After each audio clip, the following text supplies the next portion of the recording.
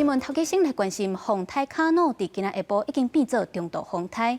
明仔载后日2天，台湾的北部拢会受到外围环流的影响，会开始落雨。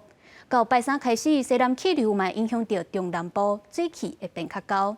目前风台杜苏芮已经架起中国啊，咱东流线的船帮暂停施工了后，今仔日又阁有真侪游客去咧排队，等要坐船去小琉球。受杜苏芮外围环流影响，东流线停驶施工了后，总算阁恢复。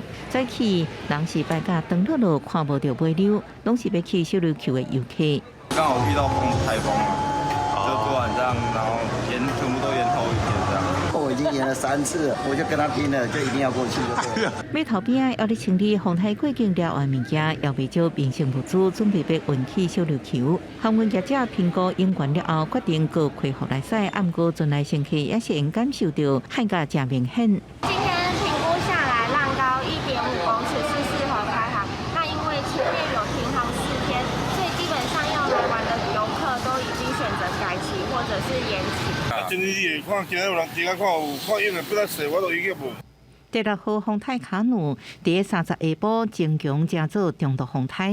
8月7日通过琉球群岛了后，伫东海中港口这个所在接近，伫车子离台湾上近，宣布付款有果吸入台湾本岛纪录保全。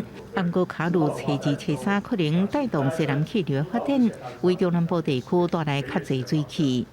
受到这个台风的外围环流的影响，所以在周2的话，主要的雨区主要是在偏向在北部地区，然后再来是南部地区。随着台风慢慢的往东海这边靠近，风向上在周3会慢慢转为比较偏西南风，所以周3的话，主要的降雨的区域会比较偏向在中南部地区。杜苏芮前卡才拄走，西去卡努阁要往近台湾，不过西南气流所带来水汽偌济，都要看卡努未来北划的角度加走向来决定。记者综合报道。